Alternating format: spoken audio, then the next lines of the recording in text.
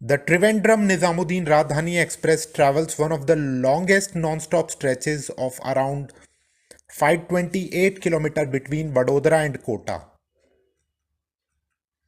The Howrah Amritsar Express has among the maximum number of halts in India at 115. The longest station name in India is Venkata Narasimha Raju Varipet, located near Chennai. The shortest station names are Ebe, located near Jharsuguda, and Ode, located near Anand.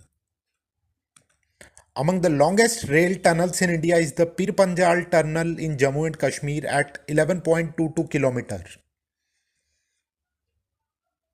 The average daily total distance covered by over 15,000 Indian trains is over 3.5 times the distance between the Earth and the Moon.